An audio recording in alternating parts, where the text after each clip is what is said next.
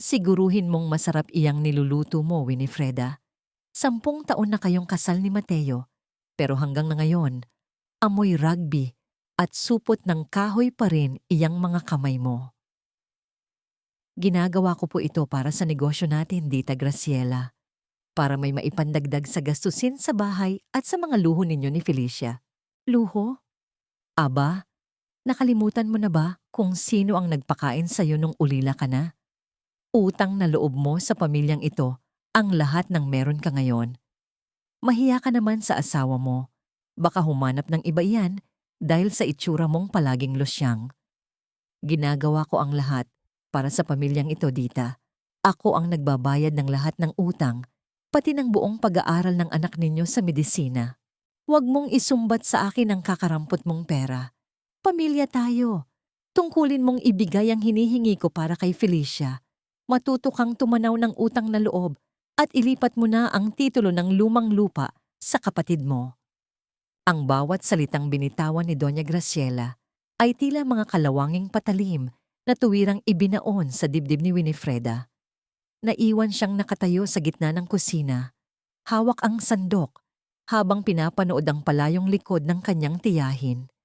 Ang init mula sa niluluto niyang kare-kare, ang paboritong ulam ng kanyang asawa para sa kanilang ika-10 anibersaryo, ay tila naging singaw na sumasakal sa kanyang lalamunan.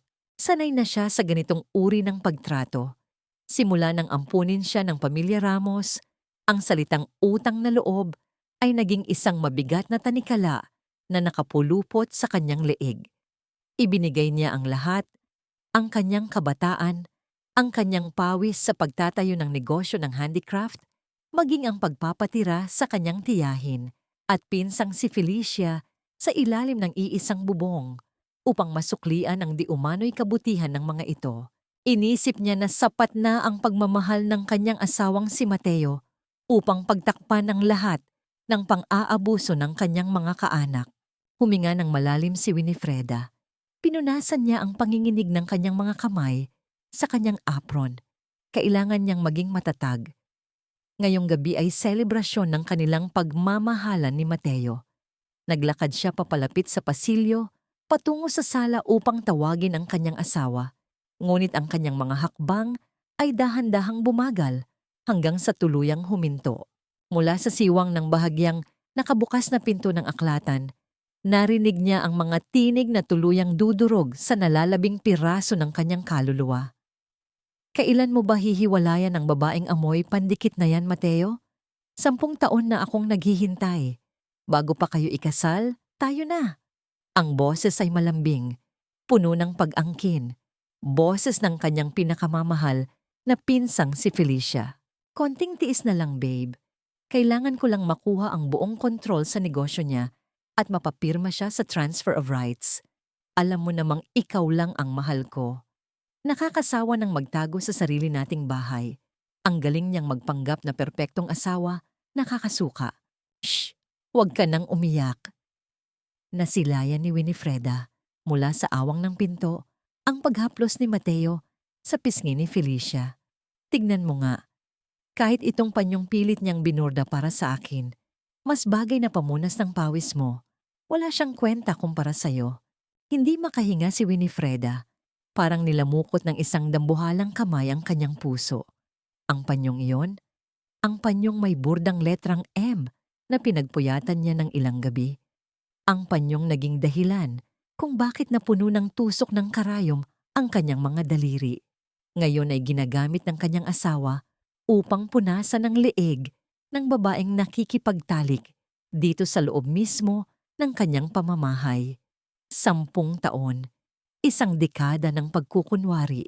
Isang dekada siyang naging bulag na tagabigay ng pera habang ang 2 taong pinagkatiwalaan niya ay pinagtatawanan ang kanyang katangahan. Naramdaman ni Winifreda ang panginginig ng kanyang mga tuhod. Napasandal siya sa malamig na dingding. Dahan-dahang napadaustos pababa hanggang sa mapaupo siya sa sahig. Isiniksik niya ang kanyang nanginginig na kamao sa kanyang bibig upang pigilan ng anumang hikbing gustong kumawala.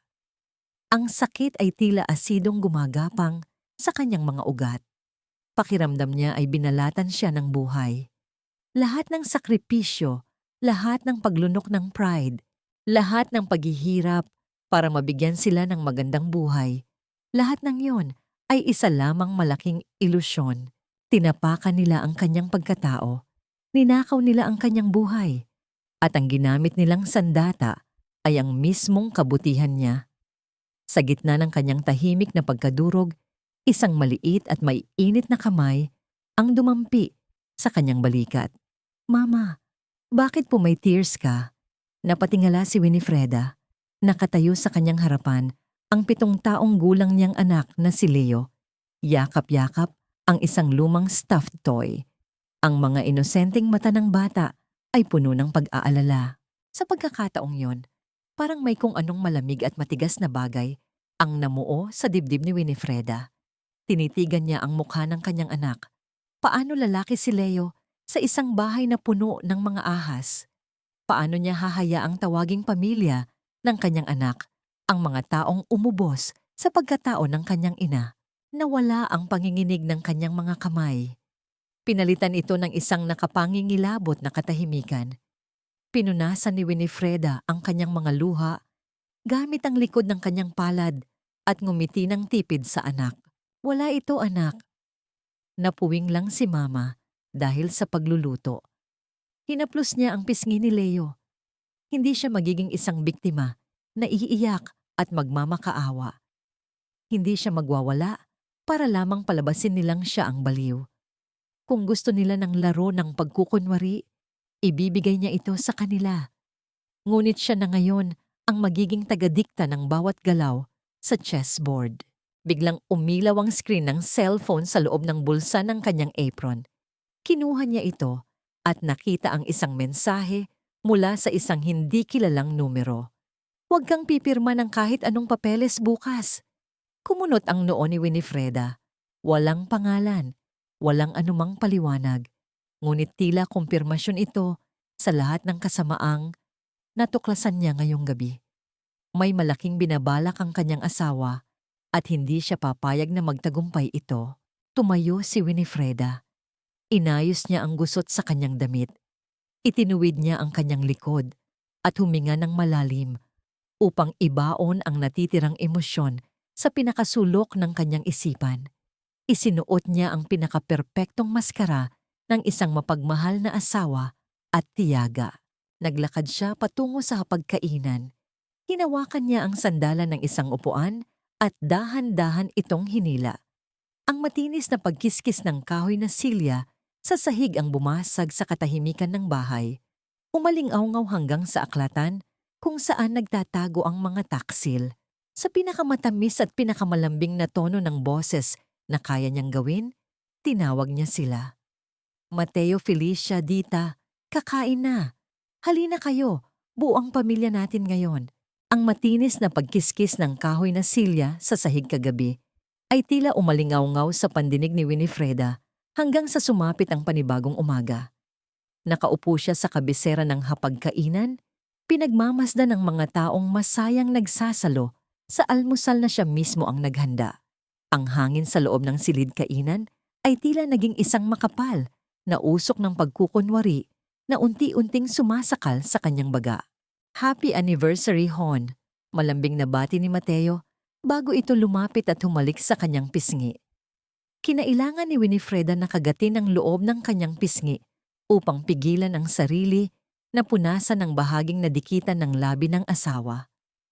Naamoy niya ang pamilyar na pabango ni Mateo, ngunit ngayon, nakasiksik doon ang banayad na amoy ng matamis na lotion, ang lotion na ginagamit ni Felicia. May inilabas na isang maliit na pelos na kahon si Mateo. Nang buksan niya ito, kumislap ang isang manipis na kwintas na may maliit na palawit na diamante. Dahan-dahan itong isinuot ni Mateo sa liig ni Winifreda. Ang lamig ng metal na dumampi sa kanyang balat ay nagbigay ng kilabot sa kanyang gulugod, na parang isang malamig na tanikala ng bilanggo na ikinakabit sa kanya. "Wow, ate, ang ganda naman yan." Matinis na pumalakpak si Felicia mula sa kabilang dulo ng lamesa. Ang mga mata nito ay nagkikislapan sa pekeng kagalakan. ngunit may nakakubling panunuya sa mga labi. Ang sweet talaga ni Kuya Mateo. Bagay na bagay sa'yo, ate. Kahit paano, nabibigyan ng buhay ang mga palagi mong sinusuot na simpleng damit. Ngumiti si Winifreda, isang ngiting hindi umabot sa kanyang mga mata. Salamat. Napakaganda nga ng regalong ito. Siguradong malaki ang halaga ng isinakripisyo mo para mabili ito, Mateo. May dumaang mabilis na pag-aalinlangan sa mukha ng kanyang asawa, ngunit mabilis din itong napalitan ng pilit na tawa bago umupo pabalik sa kanyang silya. Habang pinapanood ni Winifreda ang patuloy na pagpapalitan ng matatamis na tingin ng dalawa sa ibabaw ng kanyang lamesa, alam niyang hindi na siya maaaring magtagal doon. Kailangan na niyang simulan ang pagtatayo ng kanyang sariling mga pader. Pagdating sa pabrika ng kanyang handicraft, ang amoy ng barnis at pinatuyong rattan na kadalasang nagbibigay sa kanya ng kapayapaan ay tila nagpapaalala na lamang sa mga pang-iinsulto ni Doña Graciela. Huminga siya ng malalim habang papasok sa kanyang tanggapan. Nakaupo na roon at naghihintay ang bagong corporate lawyer ng kanyang kumpanya. Matangkad, nakasuot ng maayos na abuhing suit at may mga matang tila laging nanunukat at may malalim na hinahanap, si Attorney Rafael Mendoza. Magandang umaga, Mrs. Salvador. Formal na bati ni Rafael, tumayo upang tanggapin ang kanyang pagdating. Wala itong bakas ng emosyon, ngunit ramdam ni Winifreda ang mabigat at seryosong presensya ng lalaki. Maupo ka, Attorney, utos ni Winifreda habang dahan-dahang lumalapit sa kanyang silya. Gusto kong maging diretsahan tayo. Pinatawag kita dahil gusto kong ipasuri ang lahat ng titulo ng mga ari-arian ko, pati na ang mga kasalukuyang dokumento ng kumpanya. Gusto ko ring baguhin ang nilalaman ng aking last will and testament. Bahagyang tumaas ang isang kilay ni Rafael habang inilalabas ang kanyang notepad. Isang malaking hakbang ito, Mrs. Salvador. May particular ba kayong dahilan kung bakit biglaan ang desisyong ito? May banta ba sa inyong negosyo? Tinitigan siya ng mariin ni Winifreda. Ang tanging banta sa negosyo ko ay ang mga taong nakapaligid sa akin, Attorney. Gusto kong siguraduhin na kung may mangyari man, walang sino man ang makakagalaw ng kahit isang sentimo, kundi ang anak kong si Leo. Ilock mo ang lahat ng maaring butas sa mga kontrata. Walang pwedeng ibenta o isanglan ng walang personal kong lagda. Tumango si Rafael at tahimik na isinulat ang mga tagubilin. Ngunit sa likod ng kanyang profesional na mukha, pinag-aaralan niya ang bawat galaw ng babae sa kanyang harapan. Pumasok siya sa kumpanyang ito sa pag-aakalang isa lamang. Mahinang-ginang si Winifreda na madaling paikutin. Isang perpektong kasangkapan upang mawasak niya ang pamilya Ramos. Ngunit ang sidi at lamig sa mga mata ni Winifreda ngayon ay nagpapahiwatig ng isang babaeng nagising mula sa isang mahabang bangungot at handang makipagdigma.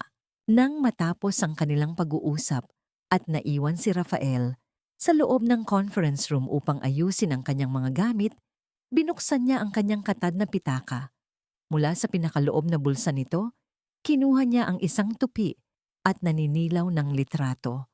Ito ay larawan ni Doña Graciela na may malaking pulang X na iginuhit gamit ang matapang na tinta sa buong mukha. Ibinalik ni Rafael ang litrato sa kanyang pitaka. Ang orihinal niyang plano ay gamitin ang yaman ni Winifreda upang durugin ang kanyang tiyahin. Ngunit tila mas magiging kawili-wili ang labanang ito kung ang mismong biktima ang gagawa ng pagkitil. Sa kabilang banda, naiwang mag-isa si Winifreda sa loob ng kanyang pribadong opisina. Nanginginig ang kanyang mga kamay habang inabot niya ang palawit na diamante sa kanyang leeg. Ang bawat pagdampi ng kwintas sa kanyang balat ay tila nagpapabigat sa kanyang paghinga. Dahan-dahan niyang kinalas ang kawit nito. Hindi na siya iiyak. Tapos na ang panahon ng kanyang pagiging bulag.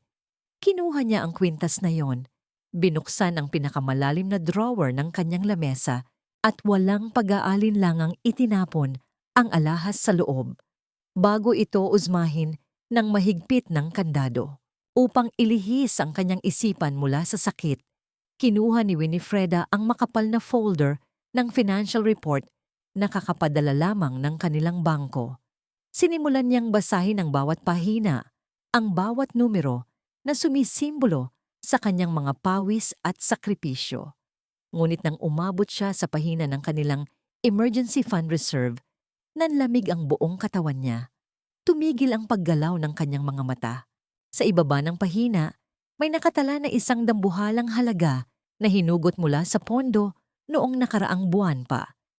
Isang halagang sapat na upang bumili ng isang mamahaling kondominium. At sa gilid ng transaksyon, malinaw na nakatatak ang pangalan at lagda ng taong nag-autorisa nito. Ang kanyang pinakamamahal na asawa, si Mateo Salvador. Ang mga numerong nakalimbag sa pulang tinta ay tila mga sariwang dugo na nagpapatunay na hindi lang ang kanyang puso ang ninanakaw nila.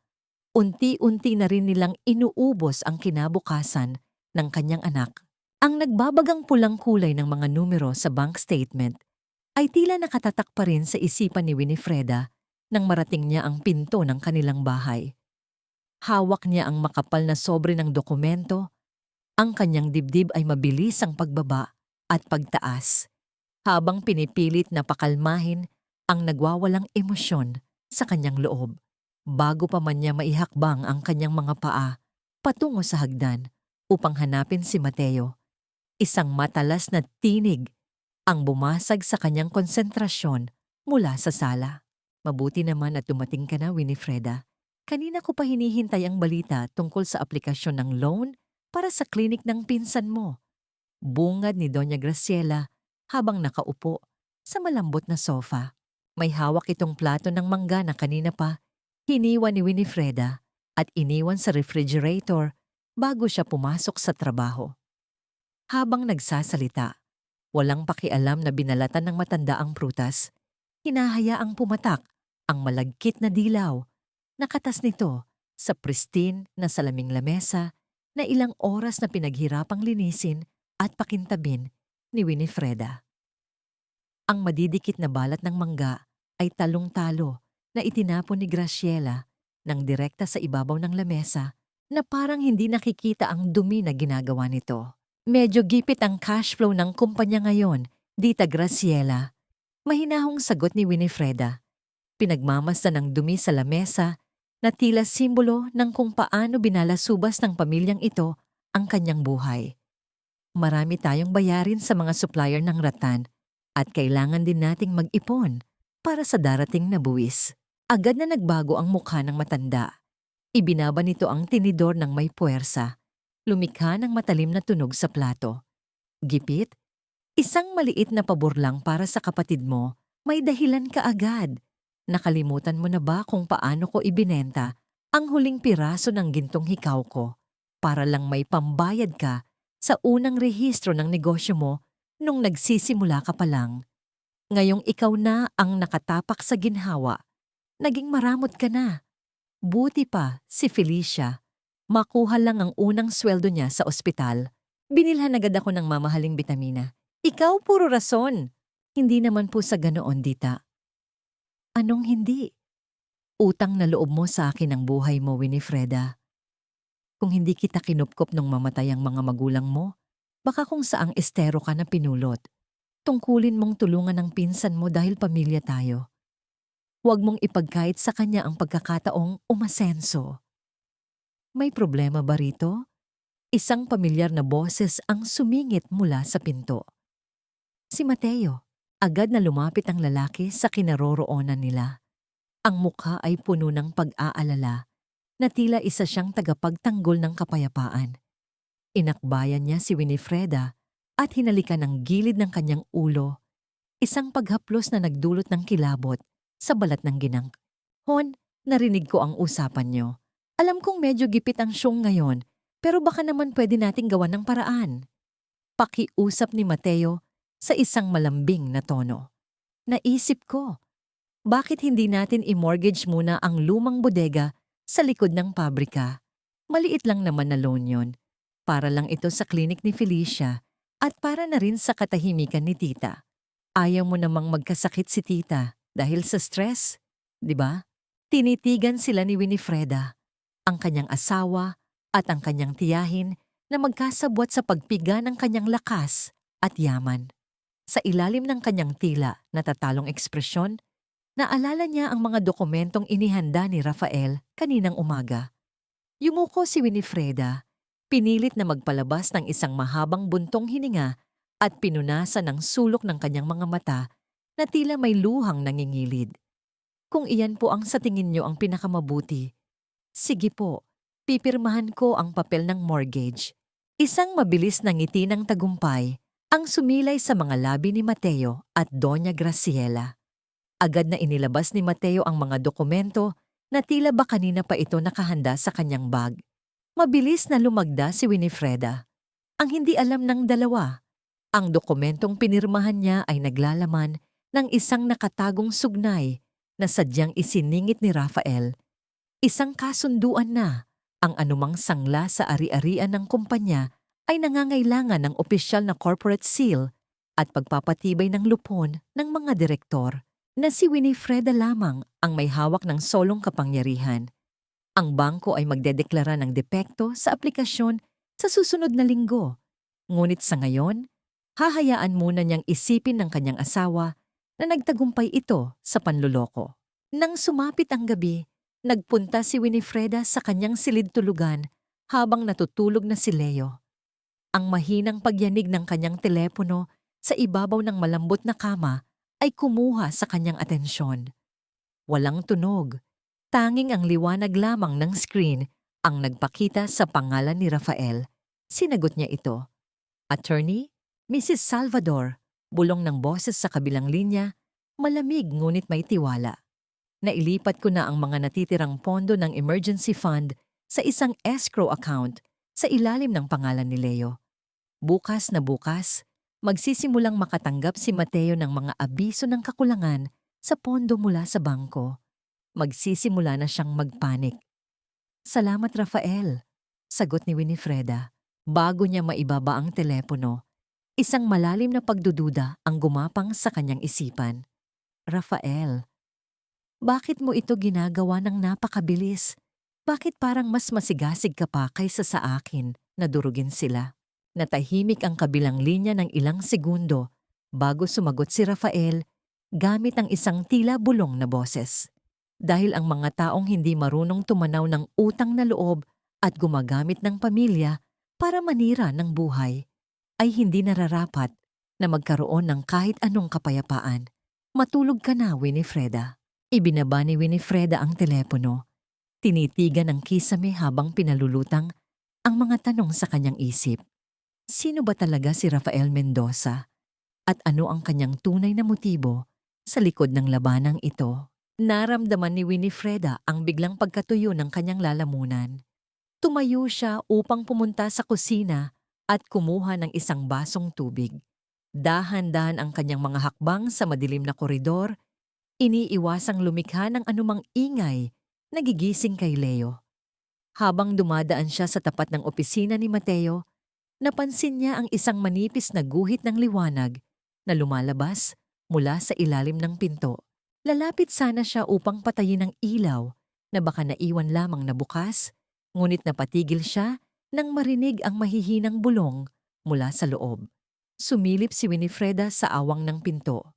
Sa loob, nakatayo si Felicia, mahigpit na nakakapit sa braso ni Mateo habang ang mukha nito ay maputla at puno ng takot. Ang kanyang asawa naman ay nakakunot ang noo. Hawak ang magkabilang balikat ng pinsan. Mateo, ano nang gagawin natin?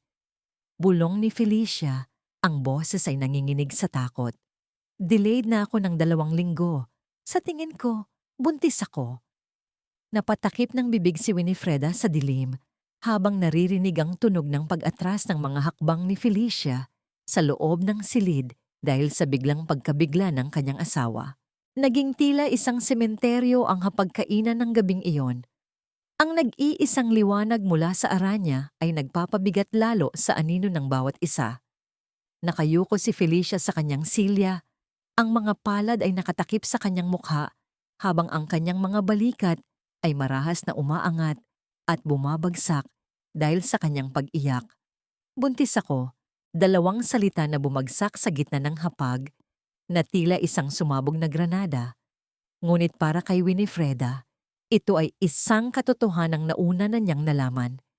Pinanatili niya ang blangkong ekspresyon sa kanyang mukha habang hinihintay ang susunod na mangyayari sa entabladong ito. Tumayo ng padabog si Doña Graciela dahilan upang matalim na kumiskis ang mga paa ng kanyang kahoy na upuan sa makinis na sahig. Namumula ang buong mukha ng matanda habang nakaturo ang nanginginig na daliri sa kanyang anak. Ano? Wala kang hiya. Pinag-aral kita ng medisina para maging doktor, hindi para magpabuntis ng walang asawa. Sino ang ama ng batang yan? Paano ko ihaharap ang mukha ko sa mga kamag-anak natin sa probinsya?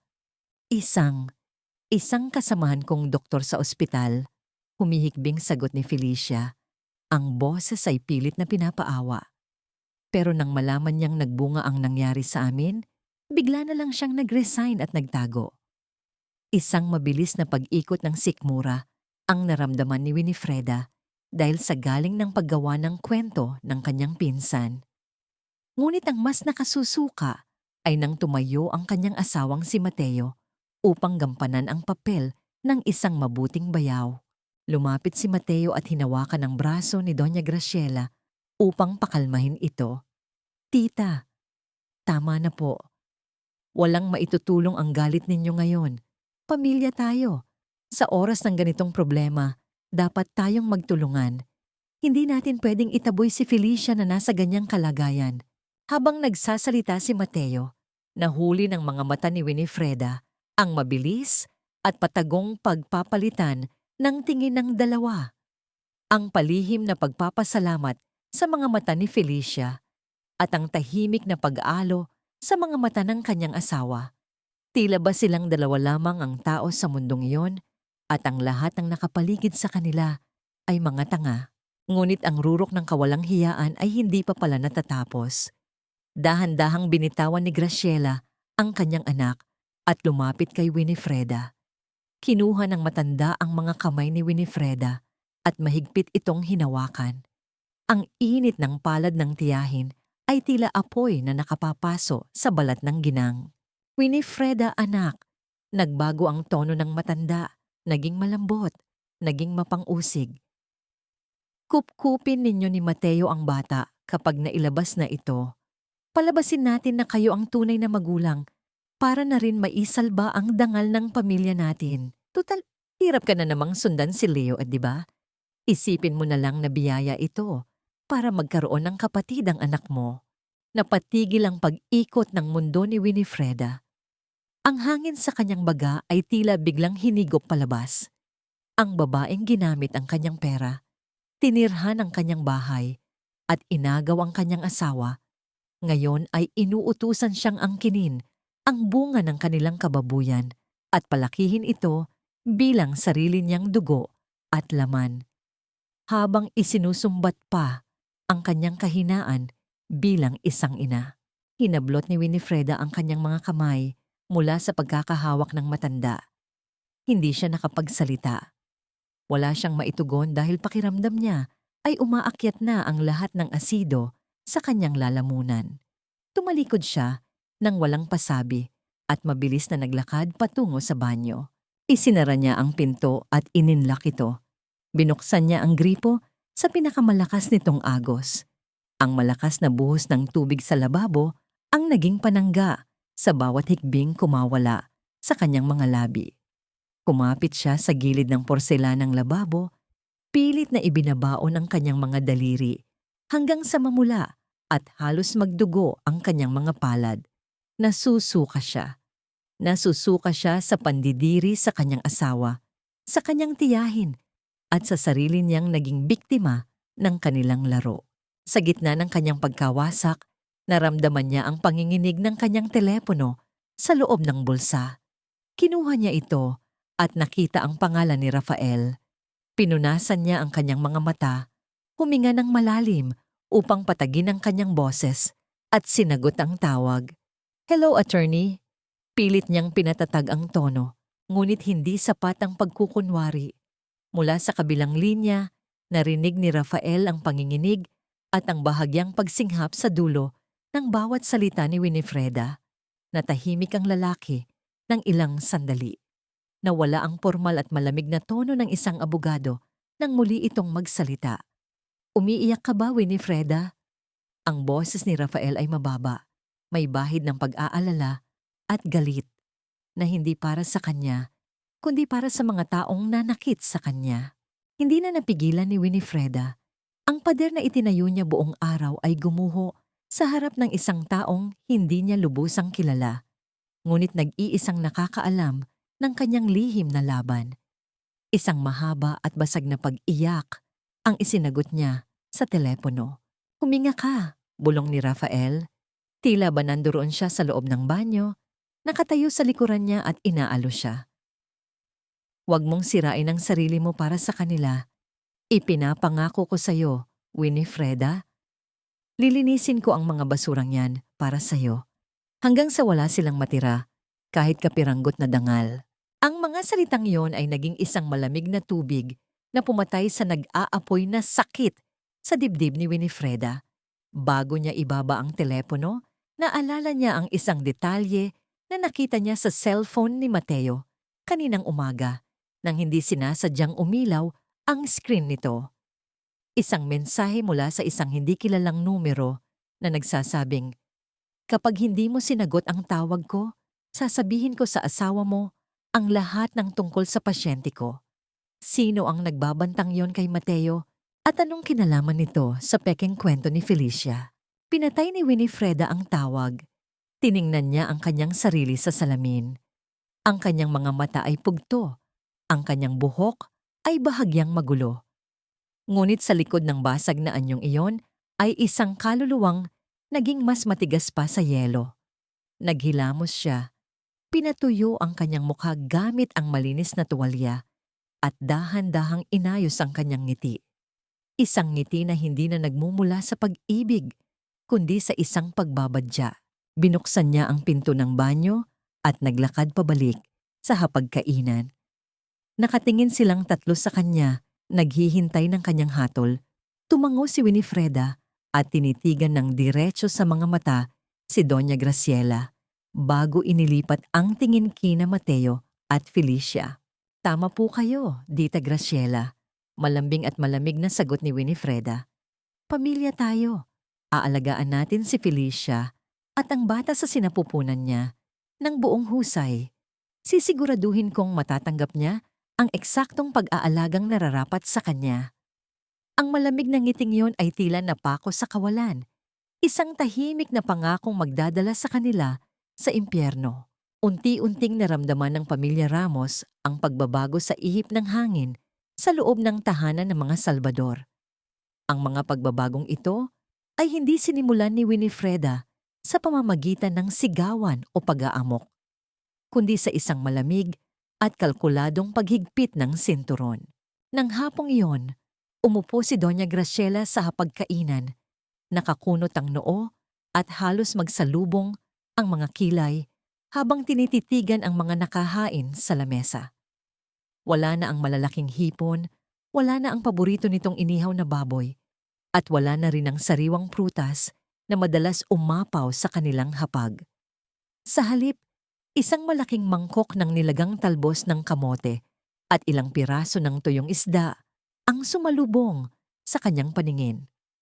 Ang amoy ng piniritong daing ay pumuno sa kabahayan, isang amoy na nagpaalala sa matanda ng kahirapang matagal na nitong tinalikuran. "Ano itong nakahain, Winifreda?" Mariing tanong ni Graciela. Ang boses ay puno ng pandidiri. "At bakit napahiya ako sa mall kanina? Sinubukan kong gamitin ang supplementary card na ibinigay mo para bumili ng mga bagong damit ni Felicia, pero declined ito. Kinuha pa ng cashier ang card ko sa harap ng maraming tao. Wala na ba tayong pera?" Tahimik na umupo si Winifreda sa kanyang pwesto. Sa kanyang mukha ay walang bakas ng pagkaasar. Tanging isang malambot at mapag-arugang ngiti lamang. "Pasensya na po, Dita Graciela.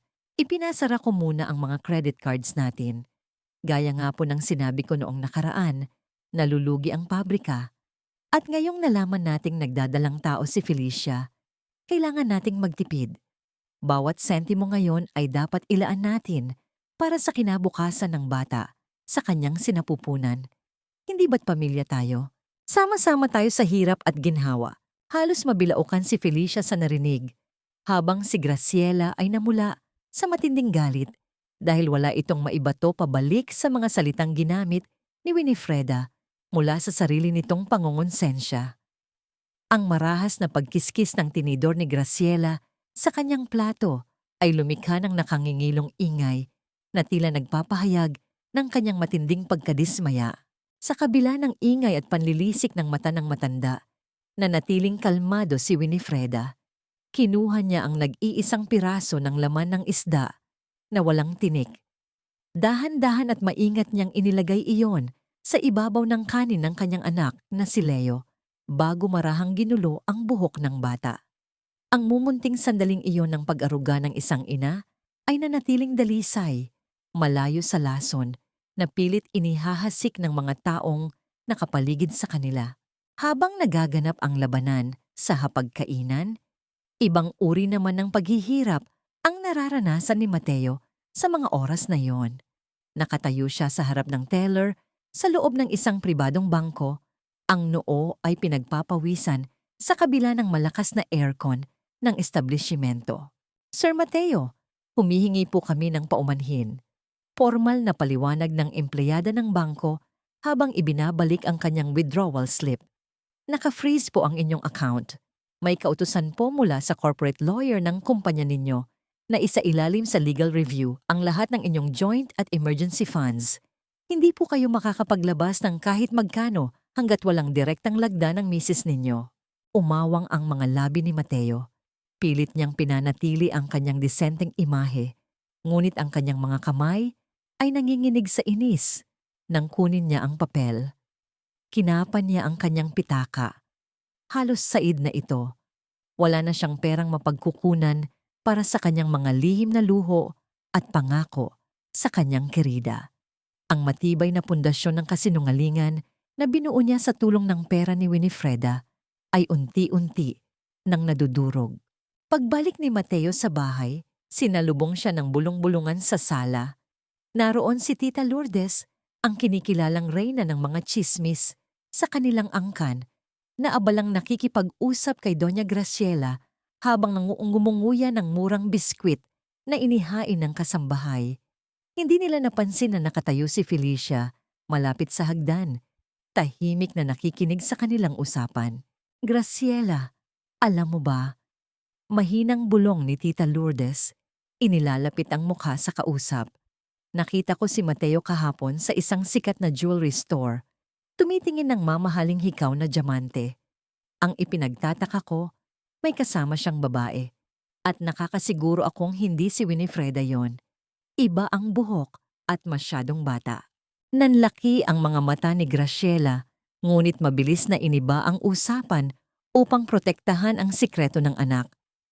Subalit ang mga salitang iyon ay sapat na upang magtanim ng isang matalim na sibat ng pagdududa sa dibdib ni Felicia na nakakubli sa anino ng hagdanan.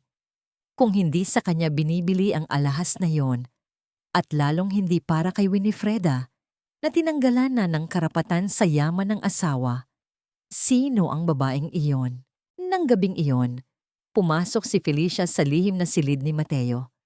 Ang kwarto ay madilim at mainit dahil pinatay ni Winifreda ang sentralisadong aircon ng bahay upang makatipid di umano sa kuryente.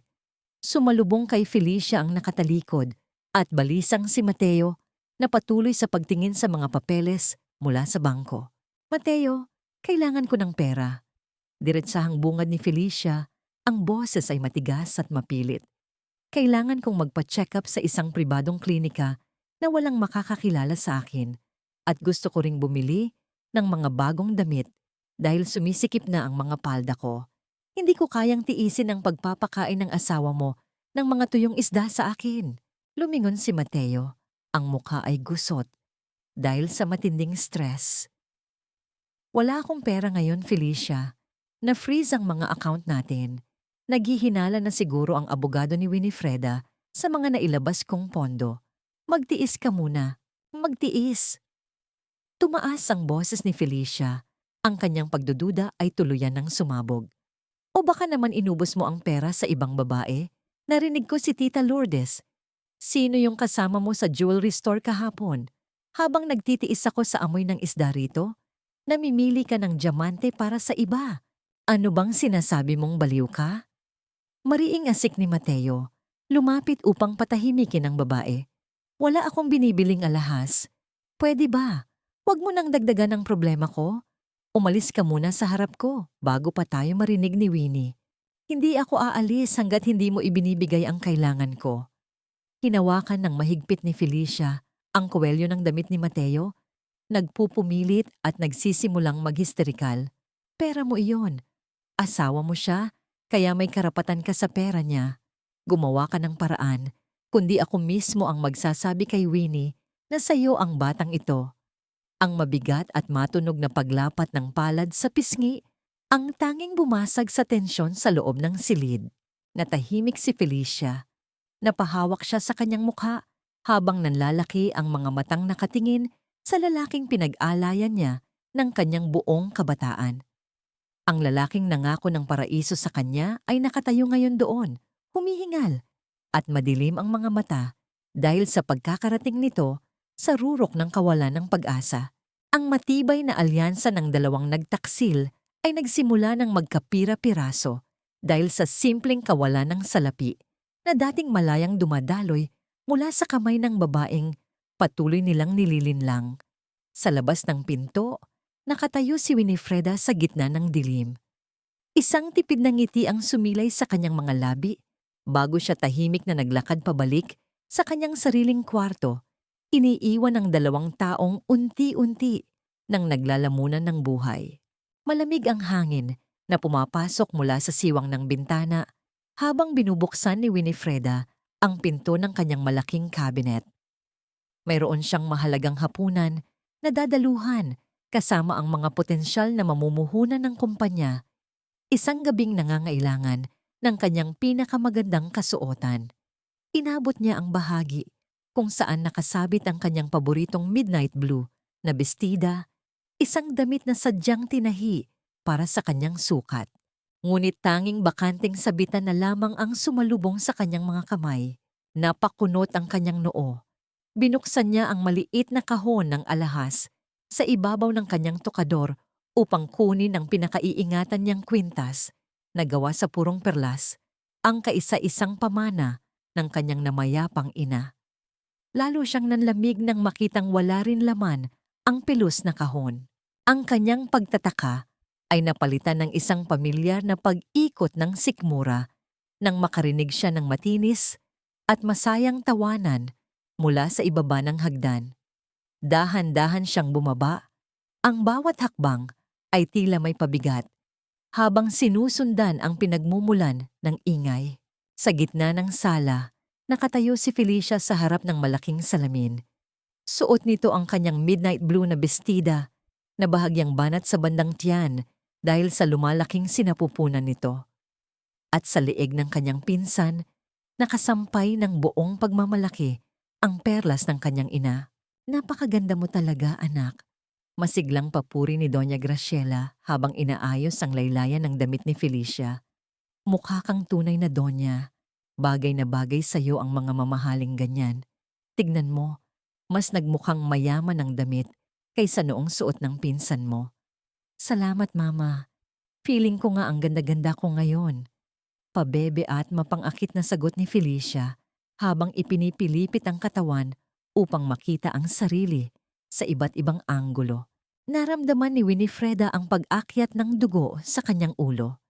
Ang kapangahasan ng mga taong ito ay umabot na sa puntong pati ang mga personal at sagradong bagay na pag-aari niya ay malaya nilang nilalapastangan ng walang anumang paalam. Hubarin mo yan. Ang malamig at matigas na tinig ni Winifreda ay nagpatigil sa pag-ikot ni Felicia. Sabay na napalingon ang mag-ina. Nawala ang nangiti sa mga labi ng dalawa, ngunit mabilis itong pinalitan ni Graciela ng nakataas na kilay at nakapamaywang na tindig. Ano ba naman yan, Winifreda? Nanggugulat ka na lang. Asik ng matanda. Huwag mo ngang sigawan ng kapatid mo. Nakita niya kasi iyang damit mo sa kwarto at nagustuhan niya. Naglilihi yung tao, naghahanap ng mapaglilibangan. Ang damot-damot mo naman, damit lang yan. Hindi pinansin ni Winifreda ang mga alibi ng kanyang tiyahin. Ipinagpatuloy niya ang paghakbang palapit kay Felicia. Ang kanyang mga mata ay madilim at walang anumang emosyon na mababakas na nagbigay ng kaba sa nakababatang pinsan. Napaatras si Felicia hanggang sa sumandal ang kanyang likod sa malamig na salamin. Ate, hiniram ko lang naman para magpicture. Nanginginig na dahilan ni Felicia, sinusubukang itago ang takot sa likod ng paawang boses. Huminto si Winifreda isang dangkal lamang ang layo mula sa mukha ni Felicia. Ang amoy ng sarili niyang mamahaling pabango na iniligaw ni Felicia sa katawan nito ay sumalpok sa kanyang pang-amoy. Tinitigan niya ng mariin ang mukha ng babaeng umagaw sa kanyang asawa. Habang ibinababa ni Winifreda ang kanyang paningin, napansin niya ang isang mapulang mansya sa mismong kuwelyo ng kanyang bestida. Ito ang eksaktong kulay at tatak ng lipstick na madalas niyang gamitin. Hindi lamang ninakaw ni Felicia ang kanyang asawa at damit. Pilit din nitong kinokopya ang mismong pagkatao at wangis niya, isang desperadong pagtatangka na maging siya. Itinaas ni Winifreda ang kanyang mga kamay. Akala ni Felicia ay sasampalin siya nito, kaya't napapikit siya. Ngunit dahan-dahang gumapang ang mga daliri ni Winifreda sa likod ng kanyang leeg. Ang damit na yan, bulong ni Winifreda, ang boses ay sapat lang para marinig nilang dalawa. Sa'yo na. Tutal, sanay ka namang pulutin ng mga pinaglumaan at mga bagay na ginamit ko na. Baka sakaling sa pagsuot mo niyan, maramdaman mo kung paano maging isang tunay na asawa at ginang ng tahanan. Ang mahinang pagigkas ng metal na kawit ng kwintas ang sumunod na narinig. Hinigit ni Winifreda ang pamangperlas mula sa leeg ni Felicia. Pero ang perlas na ito, patuloy ni Winifreda, hinihigpitan ng hawak sa kwintas hanggang sa bumaon ang mga bilog nito sa kanyang palad, ay pag-aari ng aking ina at ang paggalang sa bahay na ito ay mananatiling sa akin. Kaya huwag na huwag mo na muling papasuhin ang sarili mo sa mga kwartong hindi ka imbitado. Tinalikuran niya ang pamumutla ni Felicia at ang pag-awang ng bibig ni Doña Graciela na hindi nakakita ng anumang puwang upang sumagot. Naglakad si Winifreda pabalik sa kanyang silid, dala ang napanalunang korona ng kanyang dignidad. Ilang sandali pa, pumasok si Winifreda sa salasuot, ang isang simpleng itim na bestida. Wala itong mga palamuti, ngunit ang paraan ng pagkakadala niya rito, ang taas ng kanyang noo at ang lamig sa kanyang mga mata ay nagbigay sa kanya ng anyong tila isang maharlika. Kasabay nito ay ang pagdating ng itim na sasakyan sa labas ng kanilang pintuan. Bumaba si Rafael Mendoza upang sunduin siya. Pagkapasok ng abogado sa loob ng bahay, agad na nagtama ang kanilang mga mata. Natigilan ng lalaki. Nakita ni Rafael ang buong tensyon sa silid, ang naiwang panggigigil ni Graciela sa isang gilid at ang takot sa mga mata ni Felicia na hindi na makatingin ng diretsyo. Ngunit ang atensyon ni Rafael ay nakapako lamang sa babaeng nasa kanyang harapan. Sa kabila ng simpleng suot nito, nakita niya ang isang di matitinag na reyna. You look breathtaking, Winifreda. Mahinang papuri ni Rafael. Ang paggalang at paghanga sa kanyang boses ay tila isang malambot na una na sumalo sa pagod na puso ni Winifreda. Inialay ng lalaki ang kanyang braso. Dahan-dahang ipinatong ni Winifreda ang kanyang palad dito at sabay silang naglakad palabas ng bahay na tila walang ibang taong nag-i-exist sa kanilang paligid. Habang naglalakad patungo sa sasakyan, iniabot ng isang kasambahay ang isang makapal na brown envelope kay Winifreda. Ma'am, may nag-iwan po nito kanina sa mailbox natin. Walang pangalan kung kanino galing. Pagkapasok sa loob ng sasakyan, binuksan ni Winifreda ang sobre sa ilalim ng malamig na liwanag ng ilaw sa bubong ng kotse. Laman nito ang isang kopya ng medical at ultrasound record. Nanlaki ang kanyang mga mata habang binabasa ang mga detalye. Ang pasyente ay si Felicia Ramos. Ang nakasaad na petsa ng pagkabuo ng bata sa sinapupunan ay eksaktong tumutugma sa linggo kung kailan nagpaalam si Mateo na dadalo sa isang mahalagang seminar sa Boracay. Isang seminar na alam na ngayon ni Winifreda na isang malaking kasinungalingan. Sino ang nagpadala ng dokumentong ito? Isang tao mula sa ospital? O isang taong mas malapit pa sa kanila na lihim ding nasusuklam sa mga ginagawa ni na Mateo at Felicia? Ibinaba niya ang papel, ang kanyang isip ay patuloy na naghahabi ng mga posibilidad. Kinagabihan, matapos ang isang matagumpay na hapunan kasama ang mga mamumuhunan, nakaupo si Winifreda sa gilid ng kanyang kama sa gitna ng madilim at tahimik na silid. Ang kanyang asawang si Mateo ay hindi pa umuuwi. Malamang ay naglalasing dahil sa kakulangan ng perang madudukot. Umihip ang malamig na hangin kasabay ng pag-ilaw ng screen ng kanyang telepono sa ibabaw ng lamesa. Isang mensahe mula kay Rafael. Nakahanda na ang lahat. Ang DNA test, ang mga patunay ng panlilinlang sa kumpanya, at ang bank records ni Mateo. Naghihintay na lang ako sa hudyat mo. Tinitigan ni Winifreda ang mensahe. Ang matagal na niyang hinihintay na sandata ay nasa kanyang mga kamay na. Ang bawat sakripisyo at paglunok niya ng pride ay malapit ng magbunga. Ang marahang paglipat ng bawat pahina ng mga ebidensya sa gitna ng madilim at tahimik na silid ang tanging naging saksi sa tuluyang pagkamatay ng dati at mahinang Winifreda. Ang amoy ng giniling na kape at mainit na tinapay sa loob ng isang tagong kapihan ay hindi sapat upang pawiin ang mabigat na tensyon sa pagitan ni na Winifreda at Rafael. Nakaupo sila sa pinakasulok ng establishmento, malayo sa mapanuring mga mata ng publiko. Sa ibabaw ng maliit at bilog na lamesa, nakapatong ang makapal na brown envelope na naglalaman ng mga huling piraso ng ebidensya laban kina Mateo at Felicia. Tinitigan ni Winifreda ang lalaking kaharap. Ang mga nakaraang linggo ay nagpatunay sa husay at bilis ni Rafael. Ngunit kasabay ng kanyang paghanga ay ang paglago ng isang malalim na katanungan sa kanyang isipan. Bakit mo ginagawa ang lahat ng ito, Rafael? Tanong ni Winifreda. Ang kanyang boses ay mahina, ngunit puno ng pag-uusisa. Higit pa ito sa trabaho ng isang corporate lawyer. Ibinubuwis mo ang iyong lisensya at pangalan para tulungan akong masakin ang pamilyang kinabibilangan ng asawa ko. Bakit? Napatigil si Rafael sa pag-inom ng kanyang kape. Ibinaba niya ang saro at nagpakawala ng isang mabigat na buntong hininga na tila nagdala ng mga alikabok ng nakaraan.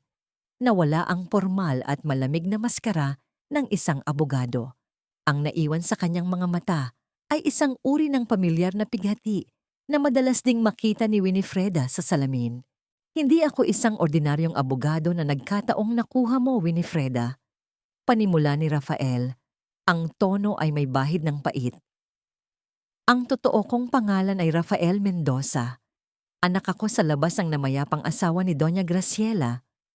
Umawang ang mga labi ni Winifreda, ngunit hindi siya nakapagsalita dahil sa bigat ng revelasyong binitawan ng lalaki.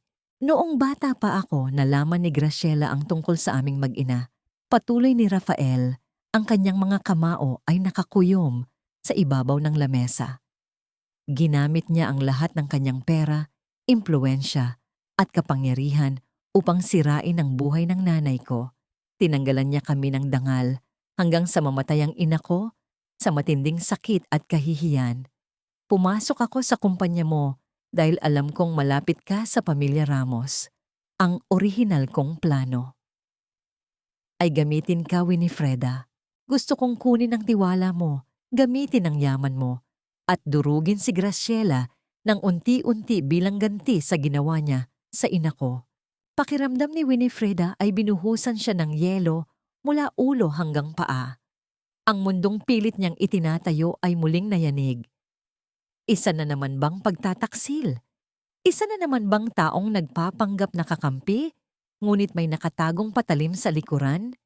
Kinuha niya ang kanyang bag at marahas na iniurong ang kanyang silya upang tumayo. Kapareho ka rin pala nila. Ginamit mo rin ang kahinaan ko para sa sarili mong interes. Bago pa man siya makahakbang palayo, mabilis na tumayo si Rafael at hinarang ang daan. Hindi niya hinawakan si Winifreda, ngunit ang kanyang mga mata ay nagmamakaawa at ang kanyang boses ay basag at puno ng pagsisisi. Noong una, oo, inaamin ko iyon. Pakiusap ni Rafael, ang mga mata ay nakapako sa nangungulilang mukha ng babae. Pero nang makilala kita, nang makita ko kung paano ka lumaban ng tahimik, kung gaano ka katatag para kay Leo sa kabila ng panloloko ng mismong asawa at kadugo mo, nagbago ang lahat. Nakita ko ang sarili ko sa iyo, Winifreda. Nakita ko ang sakit na naranasan ng nanay ko. Lumapit ng bahagya si Rafael. Ang tinig ay naging isang tapat na panata. Wala na akong pakialam sa paghihiganti sa pamilya Ramos. Ang tanging gusto ko na lang ngayon ay maging kalasag mo.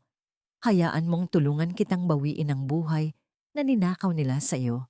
Protektahan ka at si Leo. Walang kapalit, walang panlilinlang. Binalot ng katahimikan ang kanilang pagitan. Tinitigan ni Winifreda ang lalaki. Hinanap niya ang anumang anino ng kasinungalingan, ngunit tanging isang lalaking handang isuko ang kanyang sariling multo ang kanyang nakita. Pareho silang mga kaluluwang sugatan na pinagtagpo ng isang malupit na tadhana. Dahan-dahang lumuwag ang pagkakahawak ni Winifreda sa kanyang bag at muli siyang umupo. Pinatawad niya ito nang walang anumang salita. Sa kanilang pagbabalik sa upuan, napansin ni Rafael ang mga butil ng malamig na pawis sa baso ng tubig ni Winifreda na unti-unting pumapatak at bumabasa sa lamesa. Kumuha si Rafael ng isang malinis na tisyu. Hindi niya hinawakan ang mukha ng babae o ang kamay nito. Bagkus ay maingat at matiyagan niyang pinunasan ang mga nakakalat na patak ng tubig sa paligid ng baso bago binalot ang malamig na lalagyan upang hindi na ito makalikha ng dumi. Ang simpleng galaw na yon ay isang tahimik at matamis na pangako. Isang pagpapatunay na handa siyang linisin ang anumang gulo at luhang idudulot ng mundo kay Winifreda. Ngunit sa labas ng kapihan, sa kabila ng makapal na salamin ng bintana, isang pamilyar na anino ang huminto sa paglalakad. Nanlaki ang mga mata ni Tita Lourdes nang makita niya ang eksena sa loob.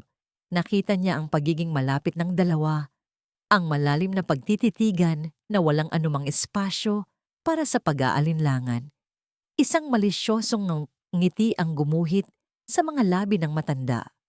Wala na siyang pakialam kung totoo o hindi ang kanyang nakita.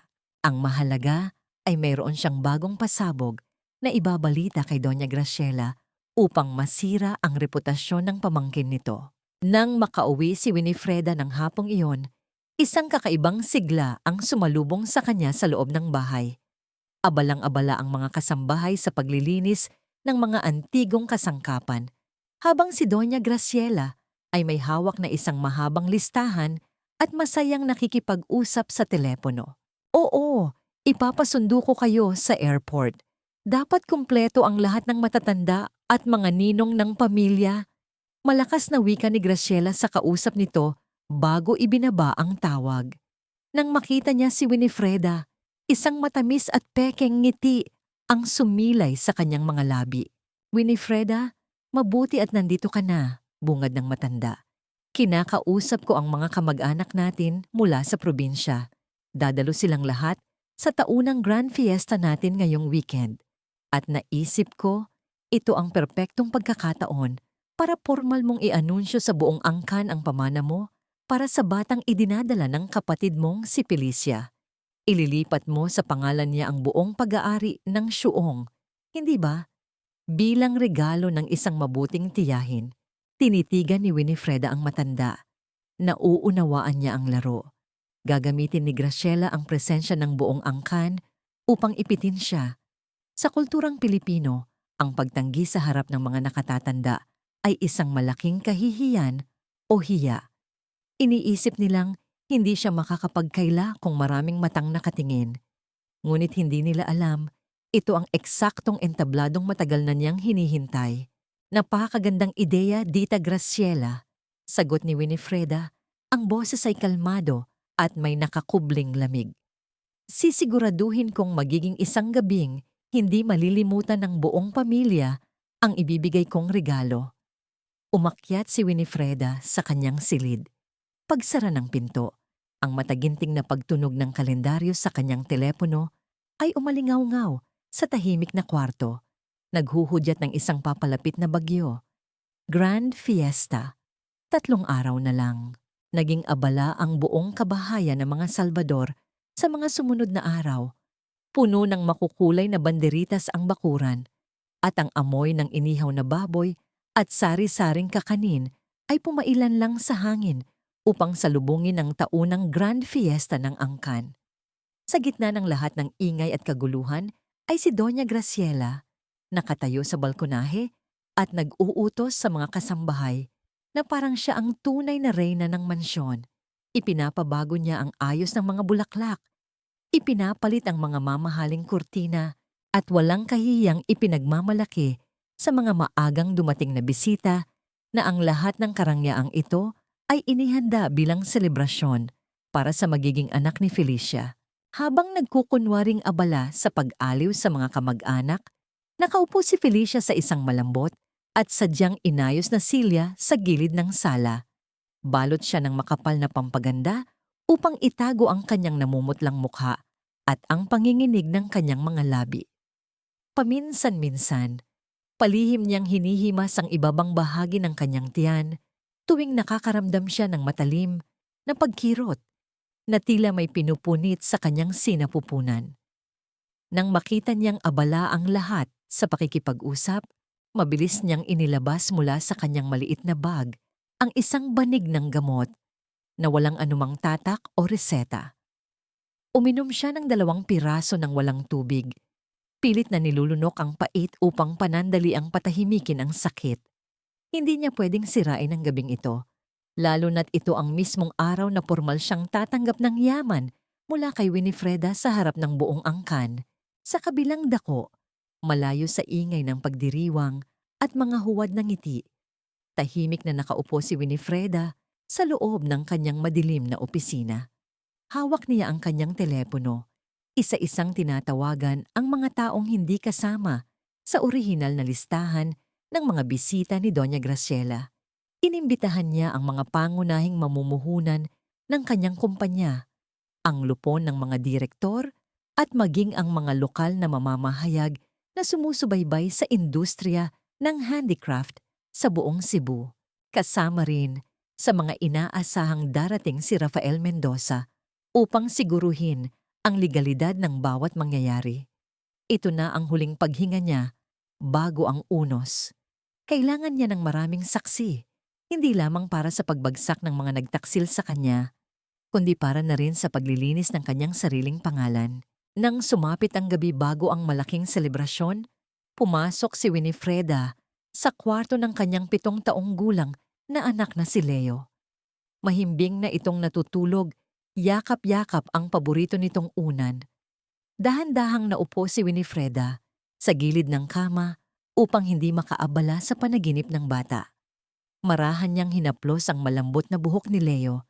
Iniaayos ang mga hiblang tumatabing sa inosenteng mukha nito.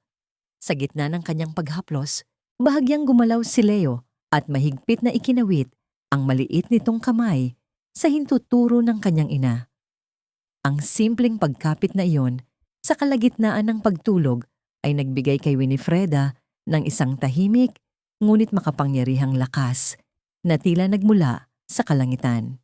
May tumulong luha mula sa mga mata ni Winifreda habang bumubulong siya sa hangin. Humingi siya ng patawad sa kanyang anak dahil bukas, tuluyan niyang babaguhin ang mundo nito. Bubuwagin niya ang ilusyon ng isang buong pamilya at ipapakita ang pangit na katotohanan, ngunit nangako siyang papalitan niya ang bawat luha ng isang buhay na malinis, matatag at walang bahid ng panlilinlang.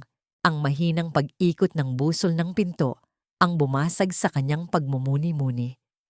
Pumasok si Mateo, nakangiti at suot ang maskara ng isang perpektong haligi ng tahanan. Lumapit ito upang halikan ang noo ng natutulog na bata bago bumaling kay Winifreda. Sa isang malambing na tinig, pinasalamatan niya ang asawa sa pagpayag na ganapin ang malaking pista at sa pangakong ibibigay na ang negosyo kay Felicia kinabukasan. Tinitigan ni Winifreda ang lalaking minahal niya ng isang buong dekada. Sa kanyang dibdib, wala na siyang naramdamang galit. Wala nang puwang para sa sumbat. Tanging isang napakalalim at malamig na kapayapaan na lamang. Binigyan niya si Mateo ng isang matamis at huling ngiti. Isang ngiting inilalaan lamang para sa isang taong malapit ng malunod at hindi na muling makakaahon pa. Kinaumagahan, umapaw ang mansyon ng mga kamag-anak mula sa iba't ibang probinsya, mga piling kaibigan, at ang mga lihim na bisita ni Winifreda na tahimik na naupo sa likurang bahagi. Ang lahat ay nakasuot ng kanilang pinakamagarbong formal na kasuotan, nag-aabang sa napipintong pag-anunsyo ng pamana, ngunit sa gitna ng malawak na entablado kung saan dapat ay nakapwesto ang mga kagamitan para sa pag-awit, isang malaking puting telang panscreen at isang projector ang nakatayo, tahimik na naghihintay sa utos ng nag-iisang may hawak ng kontrol. Unti-unting namatay ang mga pangunahing ilaw sa paligid upang ibigay ang buong atensyon sa entablado. Umakyat si Doña Graciela, kumikinang sa kanyang mga alahas at nag-uumapaw sa pagmamalaki, inabot ang mikropono upang simulan ng gabi ng kanyang inaasam na tagumpay. Ang matinis at nakabibinging alingawngaw ng mikropono ang bumasag sa mapayapang katahimikan ng bulwagan. Ang matinis at nakabibinging alingawngaw ng mikropono ay unti-unting napawi na pinalitan ng marahang pagpalakpak ng mga kamag-anak at panauhing tila na hipnotismo sa ningning ng okasyon. Nakatayo si Doña Graciela sa gitna ng entablado. Ang kanyang mukha ay puno ng matinding pagmamalaki habang inililibot ang tingin sa buong bulwagan. Kumikinang ang kanyang mga hiyas sa ilalim ng maliwanag na ilaw. Magandang gabi sa inyong lahat, lalo na sa mga nakatatanda ng ating angkan. Panimula ni Graciela, ang kanyang boses ay umalingawngaw sa buong silid gamit ang mga speaker. Ngayong gabi, sa gitna ng ating masayang selebrasyon, gusto kong tawagin ang aking pamangkin na si Winifreda. Siya ay magbibigay ng isang napakahalagang regalo para sa aking anak na si Felicia at sa magiging tagapagmana ng ating pamilya. Isang regalo na magpapatunay ng kanyang pagmamahal at pagtanaw ng utang na loob. Nagsimulang magbulong-bulungan ang mga bisita habang marahang lumalakad si Winifreda patungo sa entablado. Suot niya ang simpleng itim na bestida, ngunit ang bawat hakbang niya ay may dalang bigat at autoridad na nagpatahimik sa paligid. Hawak niya ang isang maliit na remote control para sa projector. Sumilay ang isang banayad at magandang kamngiti sa kanyang mga labi habang nakatingin kina Mateo at Felicia na nakaupo sa harapang lamesa. Magandang gabi po, malumanay na wika ni Winifreda sa mikropono. Tama po si Dita Graciela, mayroon akong inihandang regalo. Isang bagay na 10 taon ko nang pinag-iipunan at sa wakas ay ibabahagi ko na sa inyong lahat. Itinuro ni Winifreda ang remote sa direksyon ng malaking puting screen sa likod ng entablado. Agad na namatay ang mga ilaw sa kisame. Inaasahan ng lahat na makikita ang mga dokumento ng paglilipat ng syuong o isang video ng pamilya. Ngunit ang lumabas sa screen ay isang malaking larawan ng bank statement ng kumpanya. Kasunod nito ay ang sunod-sunod na kopya ng mga transaksyon, mga dambuhalang halaga ng pera na lihim na inililipat ni Mateo Salvador patungo sa isang pribadong account sa ilalim ng pangalan ni Felicia Ramos. Ang bawat transaksyon ay may nakatatak na petsa mula sa nakalipas na 10 taon bago pa man ikasal sina Winifreda at Mateo. Nagsimulang lumakas ang bulong-bulungan ng mga nakatatanda. Ang mukha ni Tita Lourdes ay napaawang sa matinding gulat, habang si Doña Graciela ay napahawak sa gilid ng podium Ang kanyang mga mata ay nanlalaki habang tinititigan ng screen. Ano, ano ito? Nanginginig na tanong ni Mateo habang tumatayo mula sa kanyang upuan. Winnie, patayin mo yan. Ano bang kalokohan ito? Hindi siya pinansin ni Winifreda. Muli niyang pinindot ang remote. Sa pagkakataong ito, lumabas sa screen ang mga screenshots ng mga maiinit at matatamis na mensahe sa pagitan ni na Mateo at Felicia. Mga mensaheng naglalaman ng kanilang mga plano na ubusin ang yaman ni Winifreda at ang kanilang pagtatawanan sa kanyang pagiging tanga. Winnie! Sumigaw si Mateo at mabilis na tumakbo patungo sa entablado upang agawin ang mikropono at ang remote. Ngunit bago pa man siya makatuntong sa unang hagdan, hinarangan siya ni Rafael Mendoza kasama ang dalawang malalaking gwardya. Ang malamig at matigas na dibdib ni Rafael ay naging isang pader na hindi kayang buwagin ng nagpanik na asawa. Huwag mong istorbohin ang pagtatanghal ng asawa mo, Mateo. Bulong ni Rafael sa isang boses na sapat lamang upang marinig ng lalaki habang mahigpit na hinahawakan ang balikat nito. Muling nagsalita si Winifreda sa mikropono.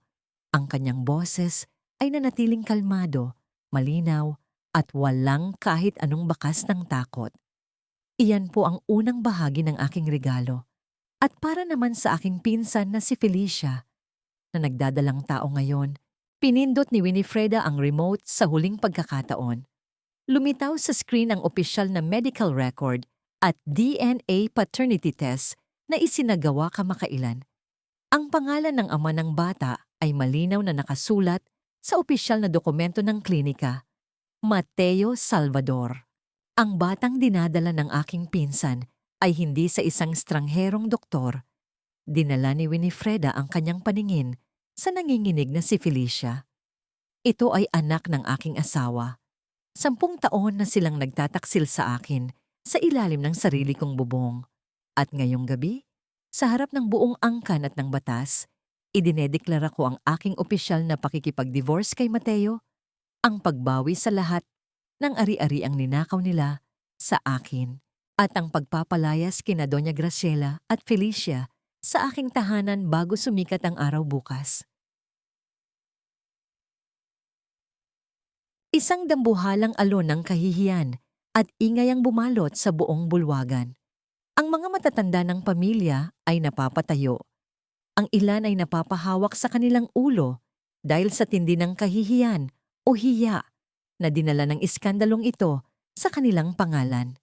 Napaluhod si Doña Graciela sa entablado, pilit na tinatakpan ang kanyang mukha habang gumuho ang lahat ng kanyang ipinagmamalaking dangal sa harap ng buong probinsya.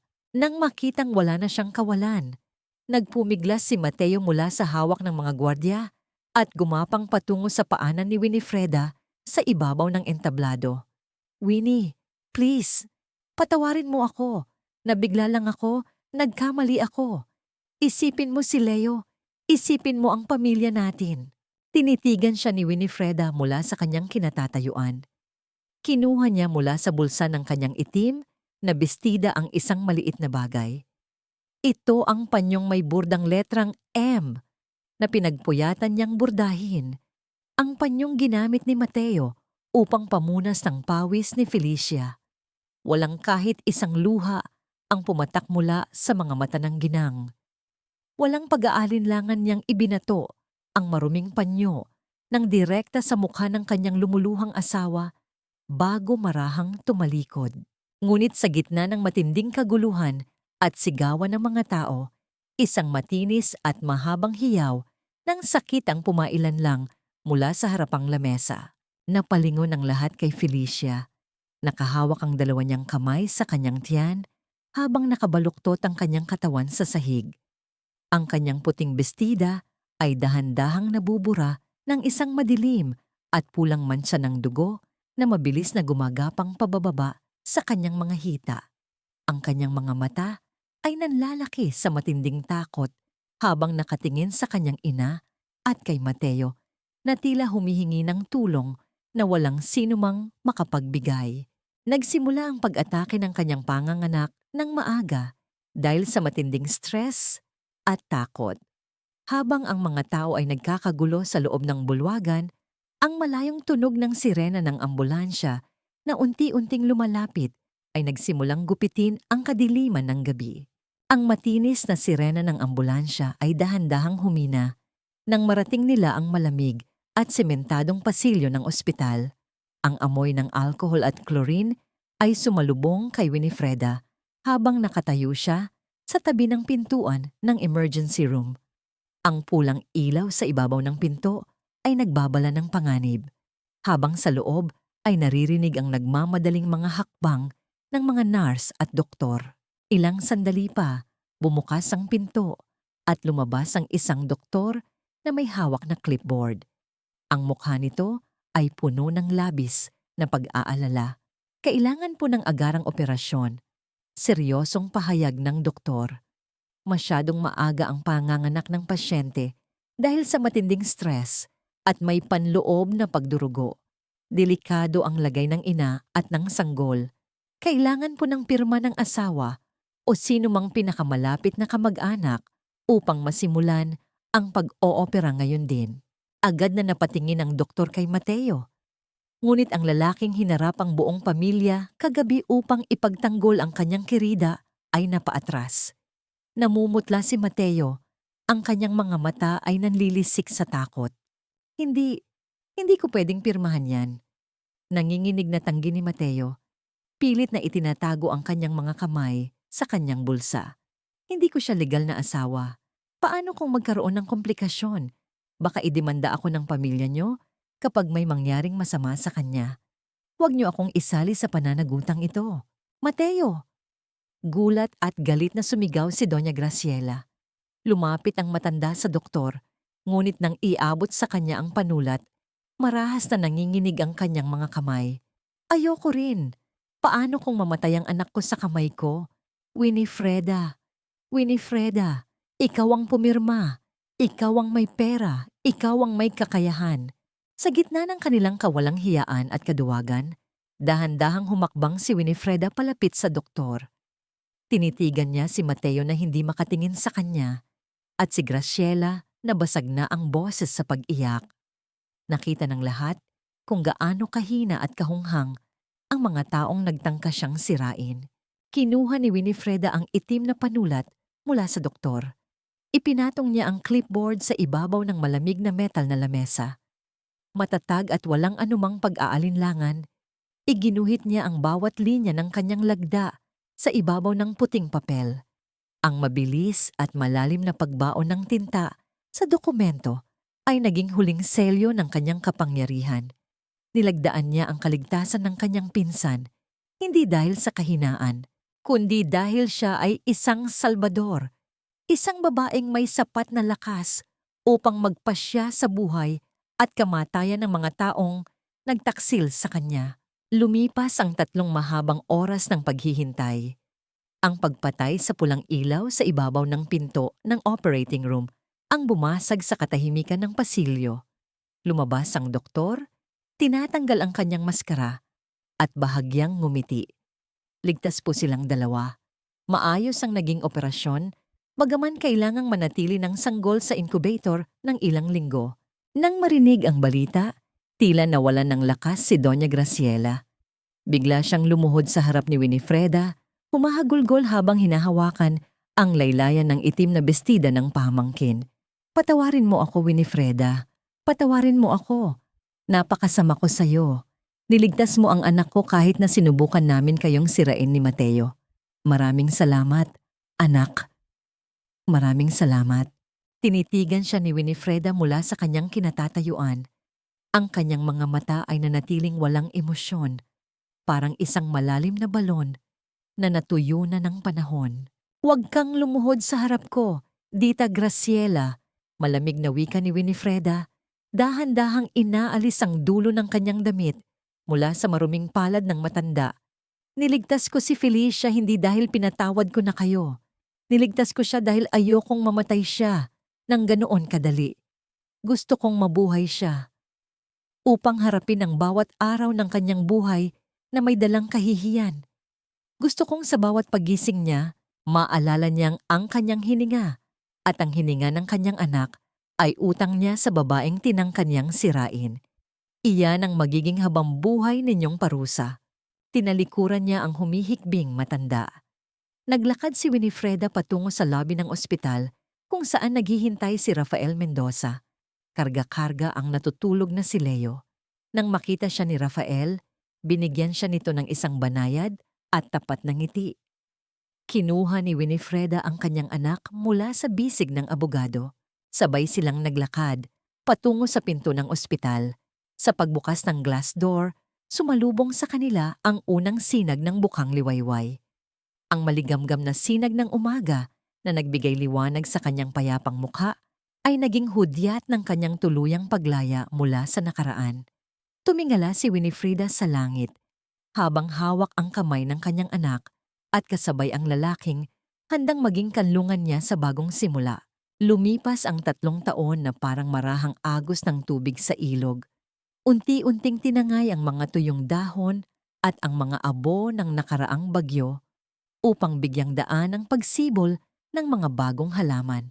Ang panahon ay naging pinakamabisang gamot na nagpatunay na ang bawat sugat, gaano man kalalim, ay may kakayahang maghilom kung hahayaan itong huminga ng malayo sa lason. Sa isang maliit at madilim na paupahang kwarto sa gilid ng Maynila, ang buhay ay tila huminto sa gitna ng matinding pagsisisi. Si Mateo Salvador, na dating mayabang at tinitingala bilang isang matagumpay na negosyante, ay isa na lamang driver ng luma at sirang jeepney. Madalas na natatagpuan sa mga tabi ng daan na lasing at hawak ang mga huling barya ng kanyang kita. Sa loob naman ng barong-barong na yon, walang katapusan ng palitan ng matatalim na salita at sumbatan sa pagitan ni na Felicia at Doña Graciela. Ang sanggol na bunga ng kanilang kasalanan ay madalas na umiiyak sa gutom, habang ang mag-ina ay walang tigil sa pagsisihan kung sino sa kanila ang dahilan kung bakit sila nauwi sa ganitong uri ng kahirapan. Ang kanilang buhay ay naging isang walang katapusang parusa ng sarili nilang mga gawa, isang buhay na tila laging nakatali sa anino ng babaeng tinangka nilang sirain. Samantala, sa Cebu, ang Salvador Handicrafts ay tuluyan ng naging isang tanyag na kumpanya na kilala hindi lamang sa bansa, kundi maging sa buong Asya. Ngunit para kay Winifreda, ang tunay na tagumpay ay hindi ang kanyang yaman o ang pagbagsak ng kanyang mga kaaway. Ang tunay na tagumpay ay ang pagtatayo niya ng Salvador Foundation, isang institusyon na nagbibigay ng kanlungan, trabaho at bagong pag-asa para sa mga kababaihang naging biktima ng panloloko at pang-aabuso ng kanilang mga pamilya.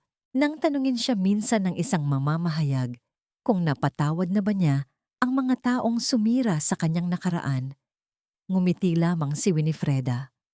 Ang pagpapatawad para sa kanya ay hindi nangangahulugang ibabalik niya ang mga ito sa kanyang buhay at hindi rin ito nangangahulugang kailangan niyang kalimutan ang kanilang mga nagawa. Ang pagpapatawad ay ang pagtanggap na ang nakaraan ay hindi na mababago at ang tuluyang pag-alis ng galit sa kanyang puso upang hindi na ito makalikha ng lason. Ang kanyang kapayapaan ay nahanap niya sa kanyang sariling paglaya, sa pag-alam na ang kanyang kabutihan ay mayroon ng matibay na ranang nagpoprotekta sa kanyang sarili at sa kanyang anak. Napatunayan niya na ang kapatawaran ay hindi regalo para sa nagkasala, kundi isang regalo para sa sarili upang magkaroon ng malinis at payapang bukas. Natutunan ng bawat nakikinig sa kanyang kwento na ang kabutihan ay hindi kahinaan at ang pagmamahal ay hindi nangangahulugang hahayaan mong ubusin ng iba ang iyong pagkatao. Isang hapon sa Cebu, habang umiihip ang maligamgam na hangin mula sa dagat, nakatayo si Winifreda sa labas ng kanyang opisina. Nakasuot si Rafael Mendoza ng isang simpleng puting polo, nakasandal sa kanyang sasakyan habang nakangiting pinapanood ang 7 taong gulang na si Leo na masayang tumatakbo patungo sa kanya. "Tito Raf!" Masiglang tawag ni Leo habang sumasabit sa braso ng abogado. Binuhat ni Rafael ang bata. Ang kanyang tawa ay puno ng init at pagmamahal Natila ba si Leo ang kanyang sariling anak? Nang lumapit si Winifreda, dahan-dahang ibinaba ni Rafael ang bata upang hayaan itong maglaro sa tabi. Humarap si Rafael kay Winifreda. Ang mga mata nito ay naglalaman ng isang napakalalim na paggalang at katapatan. Hindi siya niyakap ni Rafael nang may marahas o nagmamadaling pagnanasa. Sa halip, dahan-dahang idinampi ng lalaki ang kanyang noo sa noo ni Winifreda. Ipinikit nila ang kanilang mga mata. Hinahayaang ang banayad na tunog ng mga alon sa dalampasigan at ang init ng kanilang paghinga ang maging kaisa-isang musika sa kanilang pagitan. Ang simpleng pagdampi na yon ay isang ligtas, tahimik at nakapagsasalang kalasag, isang patunay na matapos ang mahaba at madilim na bagyo, ang dalawang sugatang kaluluwa ay tuluyan ng nakatagpo ng kanilang tunay na tahanan.